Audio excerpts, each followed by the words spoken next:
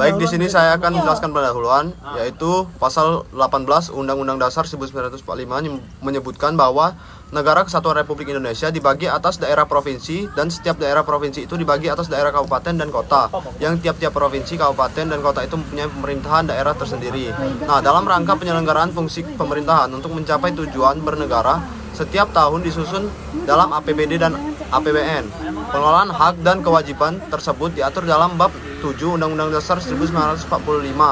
Undang-Undang tentang keuangan negara menyebutkan 9 asas yang patut dijadikan pedoman dalam pengelolaan keuangan negara, antara lain asas tahunan, asas universalitas, asas kesatuan, asas spesialitas, asas akuntabilitas berorientasi pada hasil, asas proporsionalitas, asas profesionalitas, asas keterbukaan dalam pengelolaan keuangan negara, dan yang terakhir ada asas pemeriksaan keuangan oleh badan pemeriksa yang bebas dan mandiri.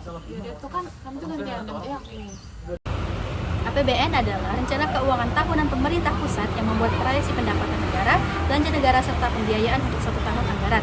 APBN menjadi dasar pemerintah dalam menjalankan program nasional, menjaga stabilitas ekonomi, serta memastikan pelayanan publik berjalan optimal. Dokumen ini ditetapkan melalui undang-undang setelah proses pembahasan bersama DPR. Penguasaan APBN merupakan serangkaian proses pemantauan dan pemeriksaan terhadap penyusunan, pelaksanaan, serta pertanggungjawaban APBN. Pengawasan ini dilakukan agar penggunaan anggaran sesuai dengan aturan, tepat sasaran, serta bebas dari penyimpangan. Bentuk dari pengawasan ini internal seperti BPKP dan Itjen, serta eksternal itu seperti DPR, BPK, dan juga KPK. Fokus pada kepatuhan hukum dan juga efektivitas belanja serta kualitas laporan keuangan pemerintah pusat. Selanjutnya ada pertanggungjawaban APBN dilakukan melalui penyusunan laporan keuangan pemerintah pusat atau LKPP oleh Kementerian Keuangan. Lalu LKPP kemudian diaudit oleh BPK untuk memastikan kewajaran, transparansi, serta kepatuhan terhadap standar akuntansi dan regulasi yang berlaku. Bentuk laporannya berupa neraca, laporan realisasi anggaran, laporan perubahan ekuitas, dan catatan atas laporan keuangan. Selanjutnya permasalahan APBN yang pertama itu ada defisit anggaran yang tinggi, belanja negara sering lebih besar daripada pendapatan sehingga pemerintah itu harus menutupnya dengan utang. Hal ini meningkatkan risiko ketergantungan pada pembiayaan luar. Yang kedua itu ada fluktuasi penerimaan pajak.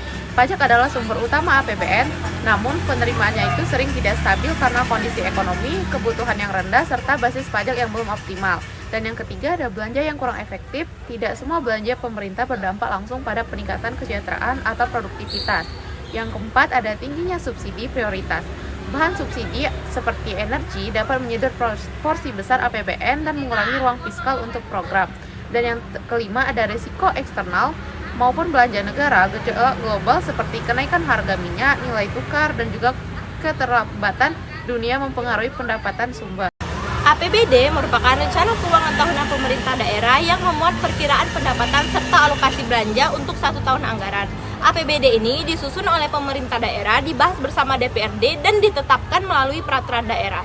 APBD ini berfungsi sebagai pedoman penyelenggaraan pemerintah daerah dalam merencanakan, mengelola, dan mempertanggungjawabkan seluruh kegiatan pembangunan dan pelayanan publik.